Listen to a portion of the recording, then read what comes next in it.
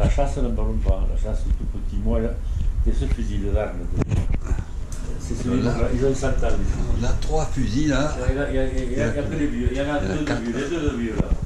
Les 2 de vieux là, je peux te les éclairer si tu veux. Hein. Ouais. Et là, il y en a 4. J'ai un baby breton qui est pas, que j'ai là-haut. Et il y a 4 fusils. Alors là, les deux du milieu là, il y a le fusil de mon grand-père et le fusil de mon père. C'est des fusils qui ont 100 ans. Ils sont en parfait état. Hein. Ouais. Éjecteur automatique et tout. Celui il y a 100 ans. Hein. Mon père l'a acheté en 1922. Celui. Et alors, ce fameux arme qui était de mon grand-père, on le prenait à la vigne. Moi, je le prenais à la vigne. Et à l'âge de 11 ans, à la régine, on dit la régine, mais c'est l'argine. L'argine, ouais. Tu vois où c'est? Ouais, là où il y a l'ancienne bergerie, ouais. qui était au Miquel, c'est ma famille, le Miquel. Ce qu'achetait le coiffeur là, Ouais. il a tout acheté au Miquel, qui habitait là, où est le mari maintenant, la famille Miquel, à côté de Belle, c'était. Ouais. Et donc ça s'appelait au Miquel, ça. Et moi, mon père, il passait toute la semaine, il faisait suivre le fusil. Et moi, un jour, j'ai pris le fusil, il me touchait des talons. Hein. J'ai foutu des cartouches, j'ai tué mon père, le premier perdreau, j'avais 11 ans, hein, au vol. Il y avait Pierre Ferral à côté là, et il me dit où tu vas. Et j'ai tiré le perdreau, j'ai vu qu'il tombait, je l'ai ramassé.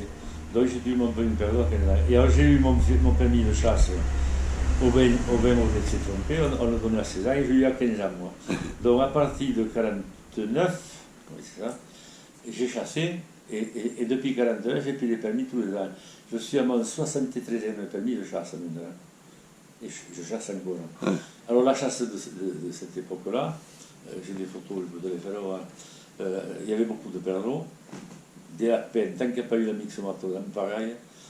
On allait chasser, on partait chasser, il y avait 2 vèzes, l'aîné de Vèze, Ramos, ici qu'il y avait encore, moi, Jojo Raymond. On allait pêcher à la Lauze. La Lauze, c'est un gros caillou planté que tu ne connais pas. Il est où? À Terme. Entre Terme, Saint-Martin-des-Puits, Talleyrand et Ville-Rouge. On partait à pied d'ici, on passait à Blane et on allait chasser en bas. Et quand on revenait, on avait 10 lapins dans le sac. Et alors, on avait les couloirs, les couteaux rouges de porter du poids. Ça, c'était la chasse au lapin. Mais après, mon père était chasseur de perdreaux et nous, on a eu toujours des chiens d'arrêt. Ça commençait par des. Tu peux le prendre, parce qu'il est. Il est joli. Il ose, il ose. Il dort. Alors ça, c'est un très beau chien. Là, c'est un bécassier. Ça, c'est un chien. C'est un bécassier. Et en plus, il est joli et il est gentil. Et depuis l'âge où j'ai le permis, j'ai toujours eu des chiens d'arrêt, moi. J'ai toujours eu des chiens d'arrêt, des pointeurs, des setters et des espagnols bretons. Et donc, ça m'a suivi pendant toute ma carrière. En Vendée, je chassais le canard, je chassais le gibier d'eau. Alors ici, la chasse dans les c'était quelque chose de fantastique, il y avait beaucoup de perdrix.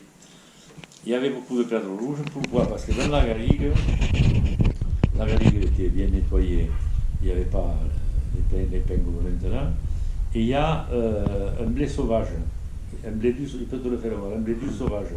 Ça c'est Miquel Mat, qui n'est pas connu, qui est un espagnol, qui m'a fait voir un jour, il me dit voilà ce que mange ça fait une petite feuille, un petit épi comme ça, et il y a 2 graines, deux petits grains de blé dur, voilà. Et alors bien sûr, les perdreaux, ils avaient de la nourriture, bon, il y avait beaucoup de champs aussi semés, mais il n'y avait surtout pas de produits toxiques dans les vignes. Alors, les produits toxiques, on nettoyait un peu, surtout les perdreaux. C'est ça qui est... Ils mangeaient beaucoup de sauterelles, il n'y avait pas des insecticides tués les sauterelles. Et il y avait des perdreaux en pareil. Ma dernière belle ouverture, je l'ai faite en 1965. J'avais tué 28 perdreaux à 10h du matin. J'ai la photo, oui. 28 perdreaux à 10h du matin. Alors on avait des 5 coups, je connais mon 5 coups là, un fil de 5 coups, pim pam pam. En plus, on chassait les perdreaux, c'était la tradition, le dernier dimanche d'août. Il y en avait beaucoup qui étaient jeunes, qui étaient faciles à tirer. Pas comme des cailles, mais en fait c'était des oiseaux, des 3 quarts d'oiseaux. C'est le moment où ils sont les meilleurs comme ça. Et puis après, ils ont retardé la chasse après les vendages.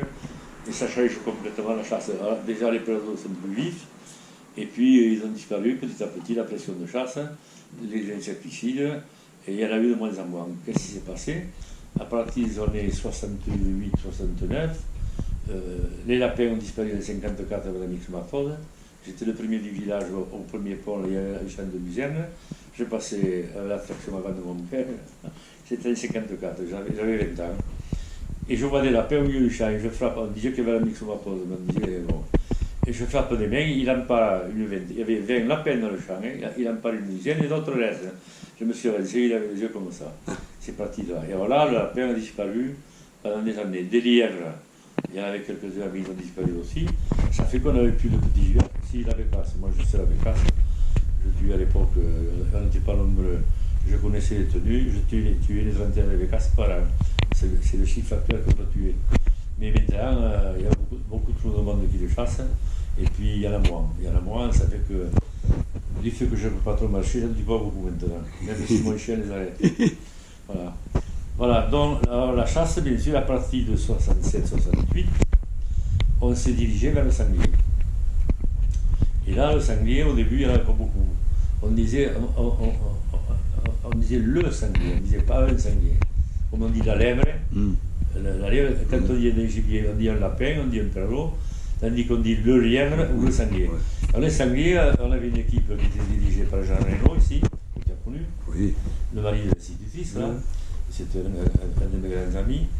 Et puis il était de l'âge de ma mère, donc il me considérait comme son fils presque. Il était né en 1913 comme ma mère.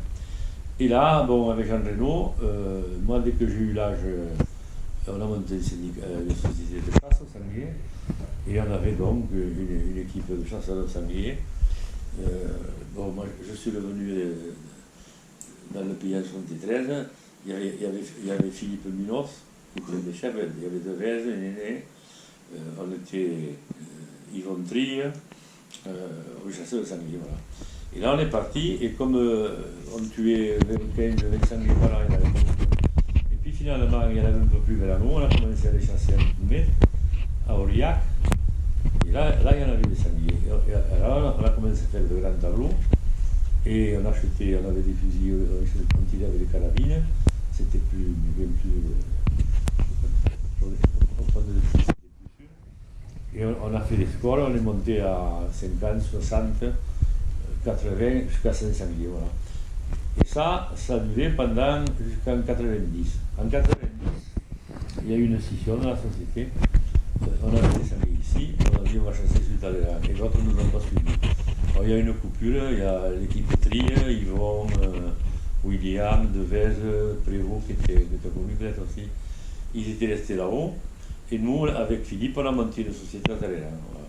Et on a chassé, il y avait Lubin, il y avait Philippe, moi, Jean Reynaud, bien sûr, Jean Reynaud, et on a monté une équipe de chasse à Talleyrand, et de là, petit à petit, le pays, la flore s'est complètement modifiée, il n'y avait plus de brebis pour manger les pains petits, et donc les pinèdes se sont multipliées, et avec les coins à sanglier de plus en plus forts. Voilà. Et on est arrivé, à ce moment-là, les scores étaient plus importants, et puis les sociétés sont devenues plus importantes. Ceux qui étaient à Moutoumet, quand ils ont vu qu'on tué ici, ils sont venus chasser avec nous. Et à partir de 2003-2004, on faisait des grosses chasses. Et maintenant, l'an dernier, on a tué 400 sangliers ici. 400. On s'est entendu à Villerouge et Féline, on a tué 400 sangliers. Alors, nous, avec Philippe, on est à l'origine, et Jean Reynaud, de la chasse à Talleyrand, parce qu'on a récupéré les trois grandes forêts de Talleyrand, Saint-Rome, Fourques et Fenouillère. Voilà. Ça, c'était sur le territoire de Talleyrand, c'était des biens seigneuriaux qui avaient été vendus à des particuliers, et c'était des propriétés, de grandes propriétés. À Saint-Rome, il y avait 90 hectares, à Fenouillère 250 et à Fourques autant. Et Fenouillère, ça appartenait à la famille Asperge.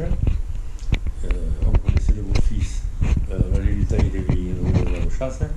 À Fenouillère, on connaissait la famille Azot, François Azot, avec Philippe, on allait souvent les voir, ils étaient âgés, on leur portait des légumes, on leur payait le foncier.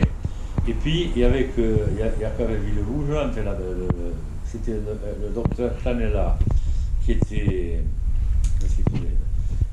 il était médecin à Perpignan. Comment c'est qu'on appelle le type qui endorme les... Il était à l'hôpital de Perpignan, qui avait Foulque. Et alors la chance a voulu que quand j'ai fini ma carrière, j'étais au service des domaines, moi, domaine de l'État. Hein. Les domaines achètent pour l'État, ça rend pour l'État. Alors là, j'avais fait toute la clap là-bas, la clap dans la bonne, et la Légion de Luisane, tout ce qui est fourni là. Il y avait des servitudes de non édificandi, c'est moi qui m'en occupais. Et puis, donc, j'avais bien des relations. J'ai pris ma retraite en 1994. Et à ce moment-là, le département, c'était Marcel Reynaud qui était président du Conseil général, le département a eu des crédits de l'Europe pour des forêts, pour acheter des forêts. Et alors, j'étais bien passé, moi, parce que j'étais dans les impôts, au domaine, je connaissais bien le notaire de Faverzan qui s'appelait Strick. Et dès qu'on a su qu'il y avait des ventes à Stracane, Félicien Dive, le beau-fils de l'Asperge, a voulu vendre Saint-Rome, il avait presque vendu un agent immobilier de l'Armonde. On était intervenu, le notaire était prévenu, on a prévenu Marcel Reynaud, le département l'a acheté. On a commencé par l'acheter dans Saint-Rome. Après ça, il y a eu Foulque, le docteur Planella, je l'ai su moi par la vanne qu'il avait fait des conneries et les banques lui ont supprimé tout et crédit. Il a été dans l'obligation de vendre toute la partie de Foulque, plus de 250 hectares aussi. Au Foulque, c'est la partie de la prise d'eau et à Montangaramo. Jusqu'à la canne là-haut. Jusqu'à la pelade là-haut. Jusqu'à la pelade, oui, il y a des parties de la pelade. Tout le pays du bois, tout ça, la métairie de Foulque qu'il y avait, tout ça c'était plané là. Et là, pareil, le notaire m'a prévenu qu'il y avait des Toulousains qui allaient acheter. On a fait intervenir le département et le département a acheté toute la partie de Foulque. Alors, il y a surtout parce qu'il y a les sources là, toutes les sources du village. Et voilà, il ne restait plus que Fenouillère. Alors la Fenouillère, on y chassait, mais François Azot est décédé, il avait deux fils, Ivan et l'autre, comment il s'appelle, qui est dans l'épidémie. Et bien sûr, les fils, quand ils ont été propriétaires de cette immense forêt, ils ont cherché quelque chose à vendre, c'est quand même du boulot. Alors Ivan, il a commencé un peu à exploiter, mais il a vu qu'il ne pouvait pas, il était dans l'enseignement handicapé. Donc il a mis en vente un prix qui était assez élevé. Et moi, à ce moment-là, j'étais à la retraite, mais je connaissais l'inspecteur des domaines qui avait évalué Rivière, et je savais que dans le domaine, on avait la possibilité d'augmenter de 10% les prix fixés par le rapport. Quoi. Et c'est ce qui s'est passé. Alors, ils voulaient vendre les Toulousains, et je suis allé trouver Ivan. Il dit, écoute, Ivan, le département, en la personne de Marcel Reynaud, va acheter les Fenouillères. Donc, moi je me dis, mais j'ai dit, les domaines, c'est pas difficile. Si tu es d'accord, ils majoreront le prix de 10%, c'est ce qui s'est passé. Et on a récupéré Fenouillères. Ça fait qu'on a un territoire magnifique. Tu vas quelquefois là-haut? Ouais, je suis monté à la pelade là l'autre jour. Non, mais là, tout, tu peux faire le tour. Ouais, je peux faire le tour. C'est magnifique, Ouais. c'est splendide. Ouais. C'est un trésor qu'on a sauvegardé. Un trésor qu'on a sauvegardé. Et ça, c'est le corps de la chasse. Hein. C'est grâce à Philippe Munoz, à Jean Reynaud et à Jacques Marchand. Donc, ça, c'est une propriété de l'ONF maintenant, du département? Non, du département. Du département, d'accord. Mais alors en plus, on a quand même, quand on a donné tout ça, on s'est gardé le droit de chasse pour nous. Ils nous ont accordé. Ouais. On fait partie des. Comment ils appellent ça? Tiens, je ne trouve pas les noms. Je ne trouve pas. Des ayants droit. D'accord. C'est-à-dire que tous les Talleyrandais, tous ceux qui ont un permis de chasse à Talleyrand, tous les habitants de Talleyrand, tous ceux qui sont dans la société de chasse de Talleyrand, ont le droit d'aller chasser sur ces trois parties. Par contre, il est interdit d'y aller en groupe et en véhicule pour les étrangers. C'est-à-dire que normalement, il y a un panneau qui t'interdit d'aller en véhicule sur la Cambo. Alors, Les gardes, ils ne sont pas souvent, mais ils ont foutu des procès. Ah, Ah oui, oui, ils sont gardés par l'ONF et par les gardes du département. ouais, parce qu'il y a eu des abus avec des rêves partis et Ah, mais compagnie. non, là. mais c'est pas. Alors, il y en a eu les parties. Ouais. Il y avait 3 morts là. Hein. Ah ouais. Ça, je t'en parle pas parce que c'est dégueulasse. Il y avait des négos partout. Voilà. Et c'est qu'arrivé par téléphone le soir, on a un message pour donner le lieu de rendez-vous. C'est ici. On le fait pour être loin du village parce que ça fait moins de bruit. Et là, on fait la liste des présents. Et quand la liste des présents est faite, alors, il y a un carnet de battu qui est réglementé parce qu'il y a le numéro de permis tout dessus. Il faut être inscrit sur le registre de battu, sinon le type qui n'est pas sur le registre, il n'est pas dans la battue. Ça ne peut pas se faire, donc il ne chasse pas. Et il y a quelquefois des accompagnateurs, des accompagnants qui amènent avec eux un gars qui ne chasse pas. Ils se mettent à côté et puis voilà. Et voilà, les piqueurs vont sur place, tout le monde se poste au poste qui sont bien établis, là, avec des numéros. Et les piqueurs, quand c'est fini, quand tout le monde est posté, ils lâchent les chiens. Et là, on a des talkie-walkie qui nous disent à peu près où ils sont, comment ça se passe. Bon, il ne faut pas trop le faire marcher parce que les sangliers entendent. Tout le monde a un talkie-walkie. Presque tout le monde. Ouais. Mais il ne faut pas trop s'en servir parce que les sangliers, ils ne sont pas sourds. Hein. À peine s'il faut bon. Et là, alors là quand les piqueurs sont partis, si jamais ils lèvent des sangliers, ils sonnent la levée avec une trompette. C'est ça veut dire que le sanglier est parti, que c'est levé. Voilà. Et puis tu entends les chiens. Voilà. Et alors ça dure, il y a des coups de fusil, bon en fait. Et quand ça c'est les sous tout maintenant quand il fait chaud, les piqueurs, quand ils ont récupéré les chiens, quand ils ont fait le tour, puis ils savent à peu près que c'est fini, ils annoncent la fin de battue, par le talkie-walkie, mais encore un coup très long. C'est la fin de battue, voilà. Et on rentre au local. Attendez, là, il y avait une équipe qui chassait le sanglier, je suis là avec eux. Voilà. Et parce qu'à l'époque, tu n'entrais pas comme tu voulais. Oui, aussi. Et tu étais l'époque de Castellas, tu te rappelles, toi? Oui. Il fallait monter patte blanche pour entrer dans l'équipe, c'est pas n'importe qui rentrait. Et moi, j'avais mon beau-père, il m'a laissé sa place. Voilà. Allons-y, le Maître Jean-Louis. Il vient Mika? Quoi? Maître Jean-Louis, 35. Ah, il vient Mika? Dos Santos.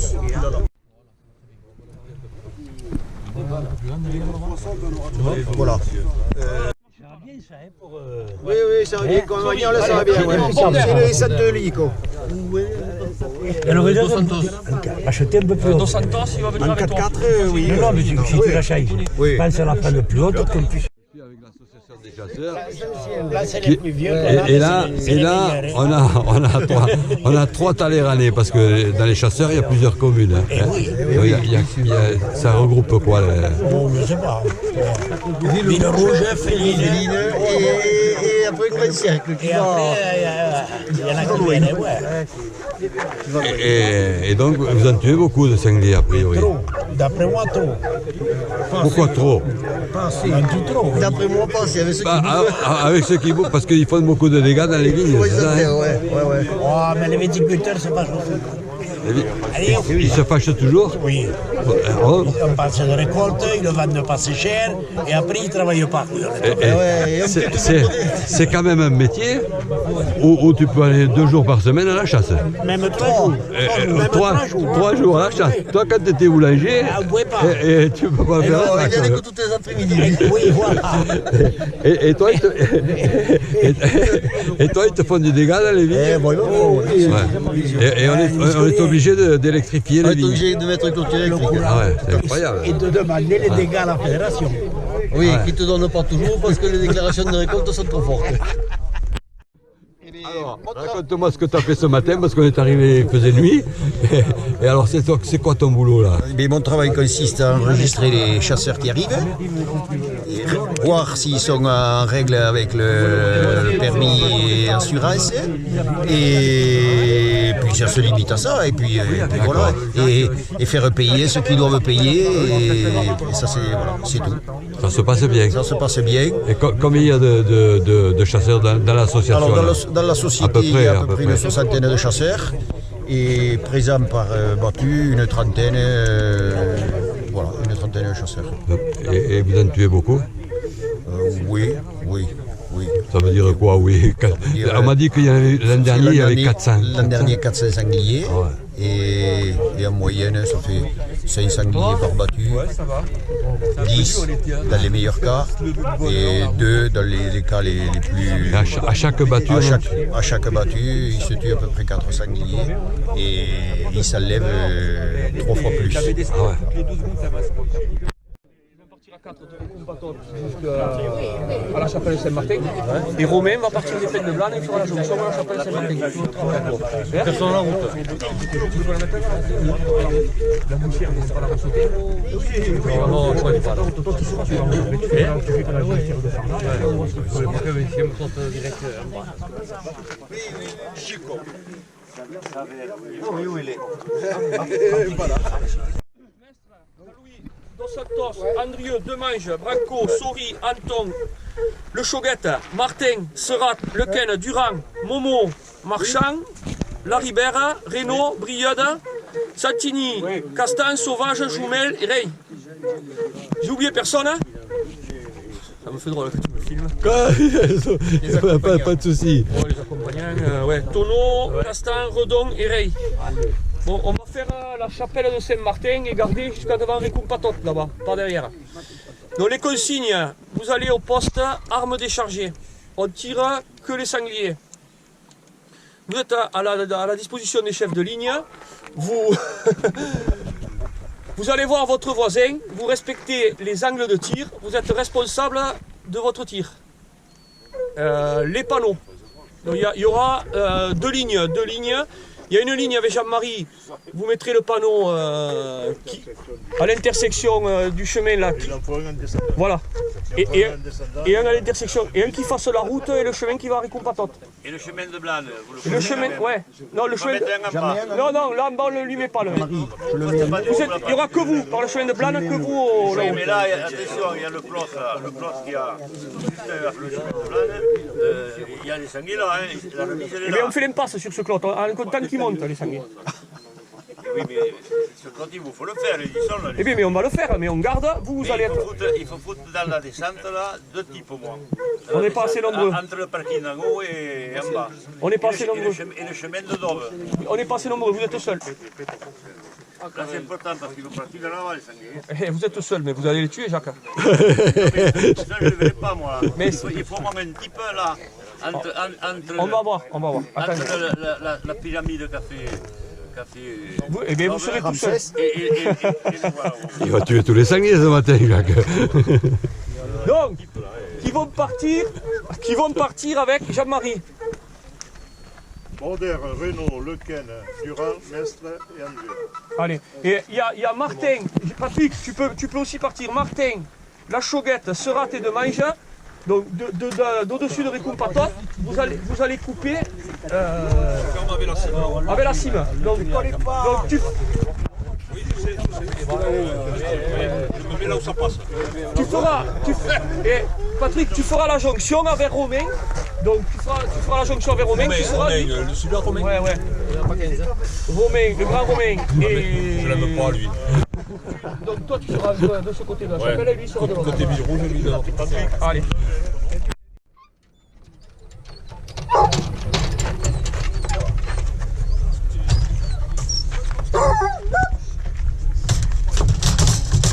Ils sont pressés les chiens d'aller à la chasse.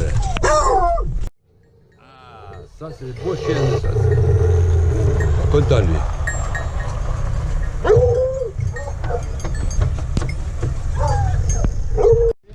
Un petit mot quand même, bon, ce briefing s'est bien passé. Oui, c'est bon, on est obligé maintenant avec les consignes de sécurité tous les matins d'organiser un peu les lignes. On a des armes de guerre, donc il faut que ça se passe bien. Ouais. Et là maintenant ils sont allés se poster avant que le soleil sorte, qu'il fasse trop chaud.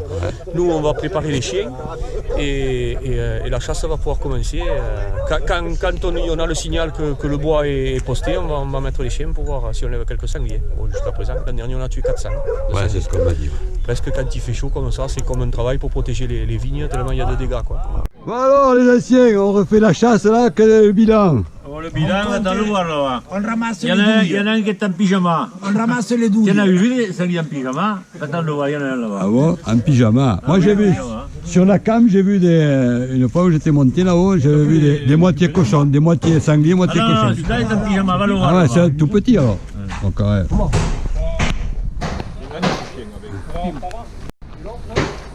Content de cette chasse? Belle battue. Ouais. Il y en avait beaucoup. Il y en avait une bonne dizaine, je pense. Et vous en avez tué? On en a tué deux. Ouais. Deux d'un poids respectable. Et il y a eu des manqués. Ouais. Et tout s'est très bien passé. Il n'y a pas de... Alors, où ils sont ces sangliers? Il y en a combien? Il est petit celui-là, hein. Il est pitchounet. Combien il y en a eu alors? Il y en a eu.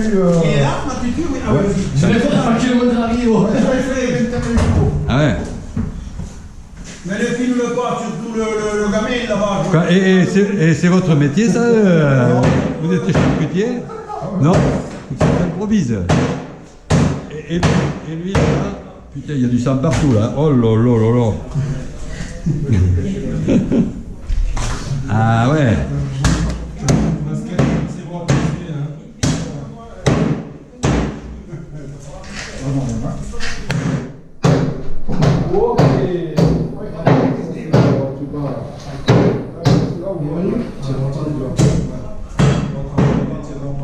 Et alors, tous les restes, qu'est-ce que vous en faites de tout ça? On le jette.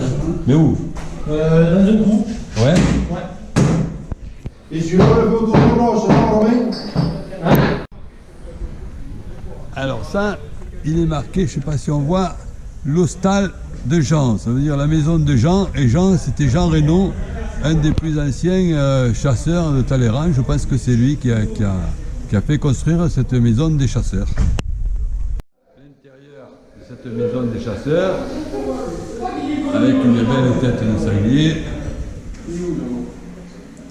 les consignes de sécurité, parce que maintenant tout est bien réglementé, la liste des chasseurs, le domaine de Talleyrand. Et Talleyrand est une grande commune, hein. Grande commune avec beaucoup de bois, notamment sur la Cam là-bas et autour du village aussi. Et donc là, quelques photos. Là, on a Maxou Azaïs et sa femme, qui était l'ancien maire de Talleyrand. Moi, je m'en fous, mais mon fou, moi, ça va être le meilleur. Et des jeunes, parce que ça prend la relève. Et alors ça, donc c'est un gamin qui a tué son premier sanglier. Même les autres, je les mange. Ouais, je suis sûr que c'est meilleur que le lièvre, sûr et certain. Ouais. Le fils de Thibaut Castan, le responsable de la chasse aujourd'hui. Et quel âge tu as? 15 ans. 15 ans. Donc, et à quel âge on peut prendre le permis de chasse? 16 ans. 16 ans? Donc tu es impatient de prendre le permis? Ouais. Ouais, tu vas prendre la relève de ton père. Ouais, aussi, ouais, ouais. Avec les chiens. Les chiens, combien tu en as de chiens là-haut, à la campagne? 6. 6? Ouais. Donc ça te plaît? Ouais. Ouais, ouais. Ben, tel père, tel fils. C'est ça.